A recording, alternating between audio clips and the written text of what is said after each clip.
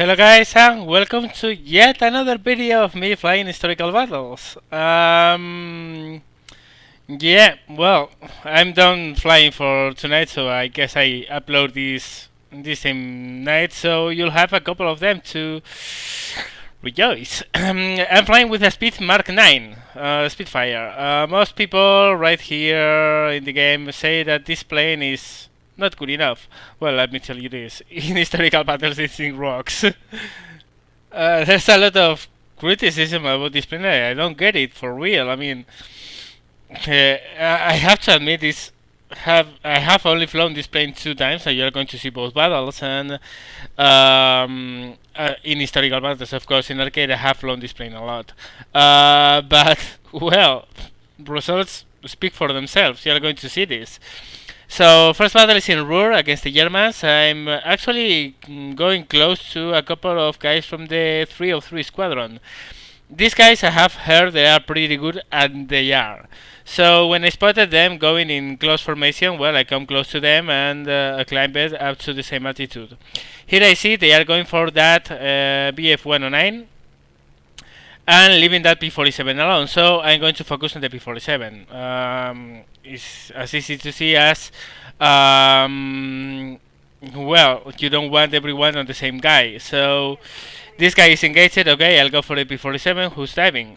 Of course, this plane is a Spitfire. I'm not expecting it to dive behind a P-47. So I focus on the Henkel 111 for a second, because I had a very good angle to come on him. But he's killed by another Spitfire. So I put my nose up, I zoom a bit, and keep an eye on what's behind me. See a Henkel 112, the P-47, and another 109. No, it's a Henkel 51, sorry. Right now I'm in the perfect position to select the target I want to go for. From all those guys, the most dangerous is pretty obvious, the P-47D, so I go for him. I put some rounds on him, go up, and come down. The main thing you want to know about the Spitfire is that it's an excellent turn fighter, but it's an excellent energy fighter as well. So keep your energy up. That's all the trick. I get another very good burst on the P-47. He's under a very heavy fire right now. Come behind him, and get just an assist. Well, could have killed him, but someone else did. It's cool. See, Spitfire there is under attack by the Henkel 112. So I come, put a good burst on him from a head-on position. Maneuver in the vertical. Always maneuver in the vertical. That's the point. If you are flat turning a Spitfire, you are doing it wrong.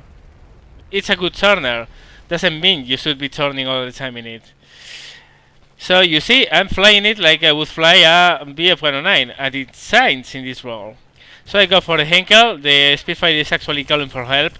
So I come to help, put a good burst on the guy, and the guy is dead. So there you go, first kill. The guy thanks me, and I tell him he's clear. So now what I'm going to do is to look for more targets.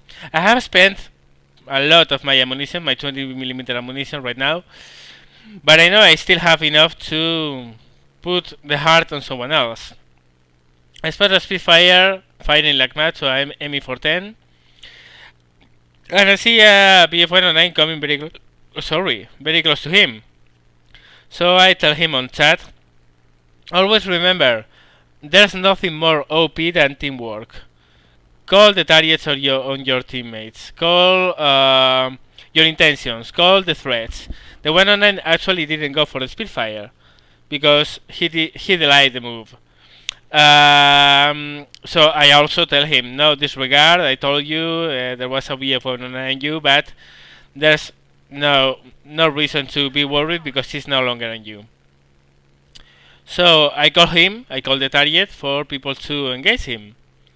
I see no one is doing, so I go for him instead. The ME410 down on the left is very engaged, so there's no sense in going for him. But there's a lot of sense in going for the Bf-109. The problem is that the Spitfire is not as fast as a Bf-109. And that's nothing wrong with the planes. That's just that the Bf-109 is faster, so I'm going to have a lot of problems going for him. I notice he's going for the Buffalo there, and I tell him, tell him 6. There's a Bf-109 on you. But it's easy to see that I'm not going to catch up very close and very easily. I see there's another Spitfire, so I'm assuming the Bf-109 is going to be 2 versus 1. I see a disengaged Bf-110 there and a Bf-109 down there. So I decide to go for the Bf-110.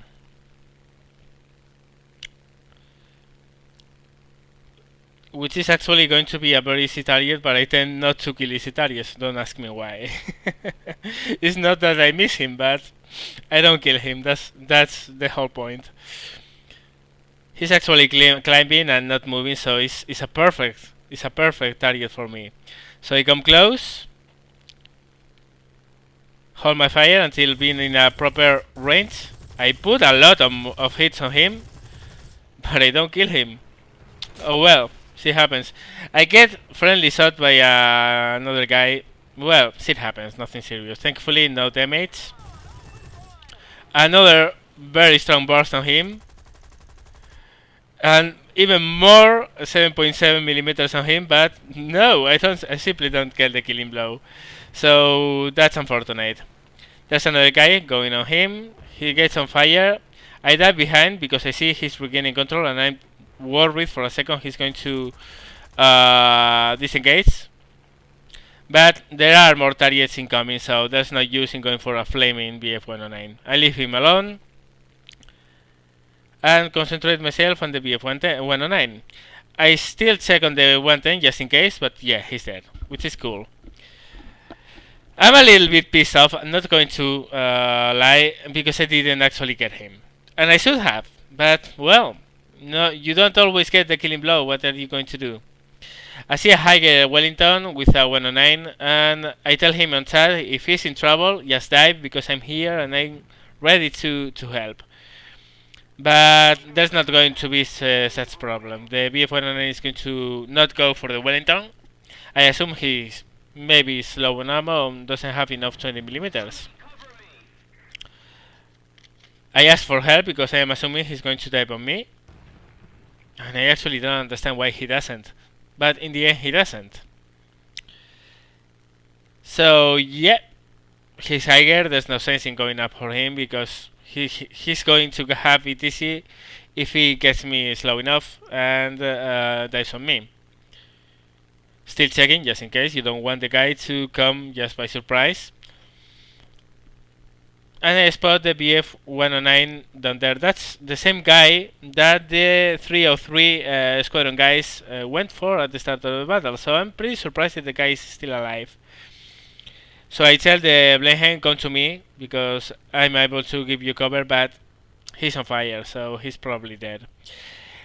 I cut engine for a while, because I don't want to be too fast when I engage the 109. In the end, it was a mistake, because the guy kept on going. You're going to see this. I go up and then again. I'm assuming by now that I'm going to be fast enough to catch up with him, but actually I don't. And yeah, it's all about going on and trying to catch up with him. But I gave up too much speed in the approach. I should have not cut my engine the way I did. I assumed the guy would go in a 1v1 versus me, but he didn't. He actually went straight for home. And now a G pops up. I know it's a G2 and the G2 is a pretty fast plane. So yeah, I'm not going to catch up. Right now I notice it, so no sense in forcing my engine. And also I see there are friendlies in front of us, so I know the guy will probably get cut off by them. So I simply let go on the war emergency power. I call the target to them, But they answer they are going for the Wellington, and that's not a smart thing. The Wellington is not going to kill us. The BF-109 might. So I tell them BF-109 first. So to their credit, they actually did the smart thing. The highest Spitfire went for the highest BF-109, and the lowest Spitfire went for the lower 109. So it's as easy as that. Just tell them, just be reasonable. Tell them, okay, yeah, the Wellington is an easy target, but come on, you don't want to leave a BF-109G2 to return to base alone. So you see, the highest Spitfire goes up and the lowest Spitfire goes down. That's good teamwork. You don't leave one of them alone. You engage one by one. And actually, you're going to see this. The higher one will kill the highest 109. But the lower one didn't put enough rounds on the BF-109 to prevent him from RTBing. Right now I'm eyeing that BF-109, it's an E, and it's going down. And for a moment I actually think he's going to level up and try to run for base. So I dab behind him, but no. He'll end up, there you go, crashing. So yeah, you saw that. That Spitfire 9 got 4 kills. It's not the plane. The plane is awesome, believe me. The BF-109 is under flak cover, so nah, no sense in going for him. I mean, I might have gotten him, but if he's so determined in landing, probably he's damaged, and I don't think this is a good sportsmanship to go for a guy who's trying to land. So, well, I turn tails and I go away. I could actually have tried to get him, but really, what's the point? We are winning this battle, we have higher numbers, the flag might get me, so why risking my plane if we can kill him later? And here, well, that's a little bit derp, I committed with my mouse, don't ask. And yeah, there's a Wellington there,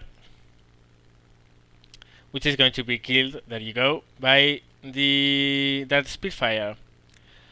So I check scores. I know I don't have 20mm ammo anymore, so I just check there's nothing around, which there's not. I tell the team where's the last guy, and dive on the anti-aircraft gun to get at least 1 or 2 ground kills. I get a good burst, but I don't actually kill the ground target, which is pretty annoying because I should have. And then you go down on the right. The other guy actually crashed. So as I say, what would I want having gone for that guy? Nothing at all. Here I run out of ammo, and the enemy team is out of planes. I would have risked my plane for nothing in return. That's not really intelligent. So, I mean, if you are in inferiority by any means, go try hunt people who are trying to hide in AC. But if you are not, what's the point? Look at these results. I didn't have to kill that guy to get amazing results. So here's another historical battle. And this time it's against the Soviets. This is Korea. And if you look at chat and do so in this game, is pretty amusing. You'll notice the same guy that some days ago when I posted the Focus 190 video where I was playing with joystick and I got a black wing and I crashed. He said the famous words, "Too pro for a YouTuber." And in this battle he actually said that at game start, like to say hello, he said "Too pro for Korea." But I wasn't recording at the time, so that's the thing. I wanted to tell him "Too pro for Korea" again because it was pretty funny. So well, yes, again, this time versus the Soviets in the Allied side with a Spitfire 9. I'm spotting low-end targets right now, but I don't want to go to gung-ho on them. That's another thing about historical battles. You don't want to be the first guy in. As for the why, it's pretty easy to understand. Well, if you are the first guy who goes for a lower contact, you are going to be low as well. And the next guys who come, who are higher, will feed on you like no tomorrow. So I'm not rushing my way down. But I noticed that up here is not exactly safe. There are a lot of Yak 3s which are much higher than me. And if I stay up here, I'm going to be like a neon billboard calling shoot me. So what I'm going to do is to select a proper approach angle and a proper target and aim on him. As for the way, I tell you, I don't want to be up here. I don't want. If I try to climb, these guys will rip me off to pieces. So what I want to go is where most of my team is and where we can offer mutual support. Never try to be a hero. Never try to be the only guy up there because, oh, they are going to come from up there. Because if you are the only guy up there, they are going to eat you alive and then eat the lower guys. So well, I go low. My first target is going to be the Yak-90, but I see he's engaged. I see an Isaac there, an I-16, which is under the attack of a bullfighter. So for a while, I changed my attention to the Yak-90 in front, but I noticed the bullfighter has overshot and now he's in serious trouble. So what I do is to let loose, and the guy simply doesn't know I'm here, so I let loose a burst, get him on fire and kill him. Again, the Yak-90 I was looking before, well, he comes for me. I don't want to be in the way of that 37mm. So I pull down and pull up to get away from his head-on try. I keep on going and winning speed. Again, fly this plane as an energy fighter. It's a great turn fighter. But you don't have to fly it as a turn fighter and give all the enemy team guys an advantage. You simply energy fight it. Oops, I have something behind. Yak-93. I didn't spot that guy because that guy was diving from above the clouds. So yeah, that could have ended very badly. But well, I was lucky, I brake turned in time, so well, I got away. See an IL-2 down there, and of course that's a very tempting target. Put the proper lead, let loose a burst. Landed a little bit short. So I pull up, check again my surroundings. I don't want anything to give me the nasty surprise the F3 gave me. And go for the IL-2 again, which is giving me now a perfect shot, which I of course don't waste. I get a ton of shots on him, he's going down, but someone else comes and gets him. Well, bad luck. I mean, it wasn't a steal. The other guy probably didn't know he was already going down. But well, a kill that never was. What are you going to do? Higher P33, 63, sorry. I see a Yak 3 there. And the Yak seems to be going for the Buford, but no. In the end, he wasn't. So I level up and try to pick the proper target. Couple Yak-93s, Yak-90 there, P63 up there, and right now what I don't want is to go into that mess. I mean, there are 4 enemy planes there. If I go there, they're going to rape me. So what I do instead is to build a little bit of separation, build my time, and get the proper moment for an attack. I see a couple high Yak-3s, one much higher, the other not so much, and those are much better targets. The Yak-3 is going for the Spitfire, the bullfighter up there is in serious trouble versus the Yak-3 and the P-33, 63. He's calling for help, and I tell him, okay, I'm coming. Checking around, just in case, I don't want anything to surprise me while I'm approaching this guy. Come closer to King Cobra. I should have come a little bit closer, but I wanted the guy to break off chase, because that 37mm could rip that bullfighter in no time. I used machine gun just to try my luck at a lead angle I didn't know for sure. Of this one I opened fire with all my weapons. I missed this one. More hits.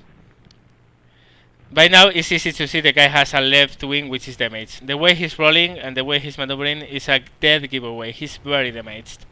So I come down on him for the last time. And I try to focus my fire on that wing. Get some hits, but on the fuselage, not on the wing. So I pull up for another pass, but in the end it's not going to be necessary. He's going down. There you go. Kill.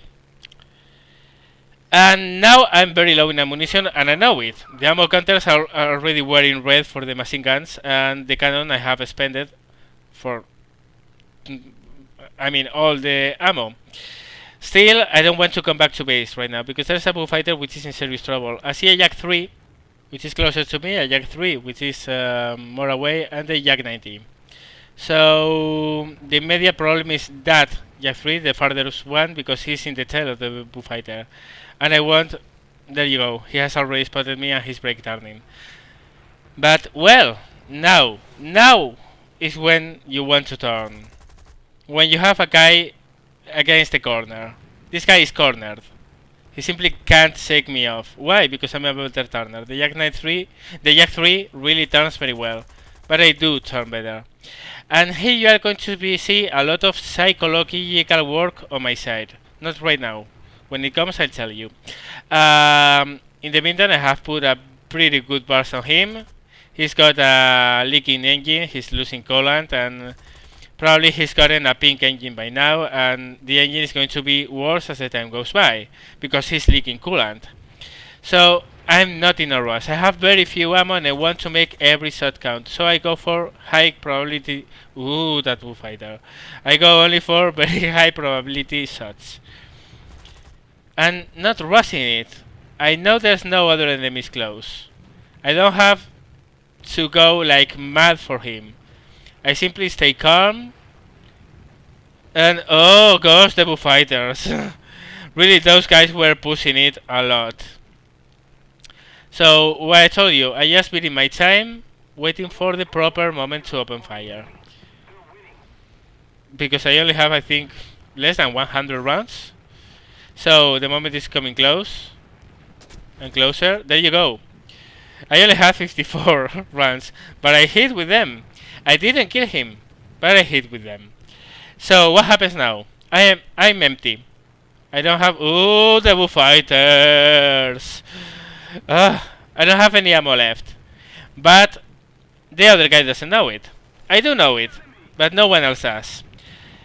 So what's the thing? If I turn back now to the airbase, this guy will probably maybe able to level up and try to escape, because those bullfighters are turning like mad and probably not be able to catch him in time. So what I'm doing is keeping the turn fight, to keep the guy honest and into a fight. In the end I go up simply because the bullfighters were coming so close to me that I was fearing that we were going to crash against each other. And you can see, as soon as I break up, the guy straightens up and tries to run away. But I bought enough time for him to get his engine in a very bad shape. I mean, he's losing coolant. By now he must be at least in deep red condition. So he's not going to be able to run from the bullfighters. But one of them just got massacred by anti-aircraft guns. Oh well. So well, he's just running a straight line. I know in the long run he's not going to make it, so there's no sense in going out, in keeping up. I don't have any ammo left, so I go back to base. So, well, how does this end? Actually, the bullfighter didn't catch up with the guy. The guy actually bailed out. But the funny thing is I didn't get a kill. And I didn't get an assist either, which is pretty lame. I mean, I really got a lot of hits on that guy. I got his engine, for real. So, no kill? No assist? Oh well, shit happens. Still, that guy is dead. In the end, he bailed out. And now what we are doing is coming back to base, land, reload, repair. Well, not repairing because I wasn't hit in the whole battle. So I'm going to repair, but you know, that's not really funny to see. So what I'm going to do is to grab and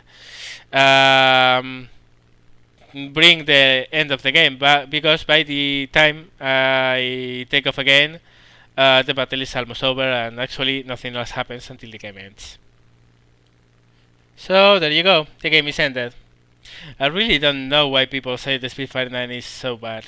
For me, it works like a charm. And actually, I think I do better in this plane than in the BF-109. Don't ask me why, but I think I do. So those were my 2 battles in this plane. I haven't played any more historical battles with it. Hope you enjoyed, hope you liked it, and see you later.